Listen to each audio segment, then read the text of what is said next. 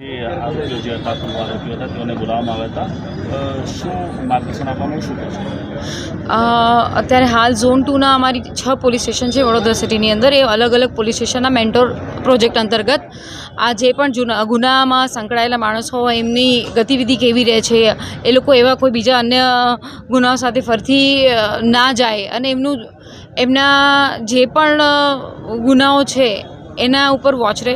સાથે સાથે આ લોકો ફરતી આવા કોઈ ગુના ના કરે એમનું મેન્ટોરશિપમાં પણ એમની એક સુપરવિઝન હોય છે પોલીસનું, અને આ ફરતી નવા ગુના એક ને એક ગેંગ ના કરે એના પ્રયાસો ચાલતી હોય છે. અને એના ભાગરૂપે આ એક મેન્ટોર પ્રોજેક્ટની અંતર્ગત અમે એ લોકો જે પણ માણસો સંકળાયેલ છે એનું એક કાઉન્સેલિંગનો પ્રોગ્રામ હતો. અને ખાસ કરીને જે 2008ના ગુના હોય, 2010ના 2012ના જે જૂના કેસના જે આરોપીઓ હતા એને એટલે પોલીસ ઇન્સ્પેક્ટરોને નોટ ડાઉન પર કંઈક કરવાનું થયું છે આપણે જણાવો. હા, જેના ચાલચલગત સારી છે, જેની અંદર અમુક રિપોર્ટ હોય, અમારા MCR કાર્ડને તબદીલ કરવાના, એને રિમૂવ કરવાના એક નિયમો છે, સેટ નિયમો છે. જેના આ સેટ નિયમોમાં જે પણ માણસો આવશે ને એના નામ દૂર કરવામાં આવશે અને એ લોકોની ચાલચલગત એ લોકોનો રેકોર્ડ કરી અને પછી ઉપર એક રિપોર્ટ થાય છે ને એના આધારે એ લોકોને એમાંથી રિમૂવ કરી દેવામાં આવે છે. પોલીસ સ્ટેશનના પોલીસ ઇન્સ્પેક્ટરોની ઉપસ્થિતિમાં અહીંયા અમારા 6 પોલીસ સ્ટેશન છે: રાવપુરા, નવાપુરા, ગોત્રી, જેપી, અકોટા અને અતલાદરા. આ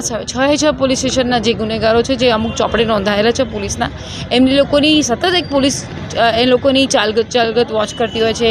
કોઈ સ્ક્રેપના ગુનામાં હોય, કોઈ ચોરીના ગુનામાં હોય, કોઈ ગેંગ સાથે સંકળાયેલો, એ લોકોની એક સતત સુપરવિઝન રહે. તો એ લોકોને પણ ભય રહે છે કે આપણે આ દુનિયાથી દૂર રહીએ, આ ગંદકીથી દૂર રહીએ, આવા લોકોનો સંગત ના કરીએ. તો ઓટોમેટિકલી આ પ્રિવેન્ટિવ ટાઈપનું એક્શન પણ છે કે જે ફરતી આ લોકો આવા કોઈ ગુનાહિત કૃત્યમાં ફરતી ના જોડાય.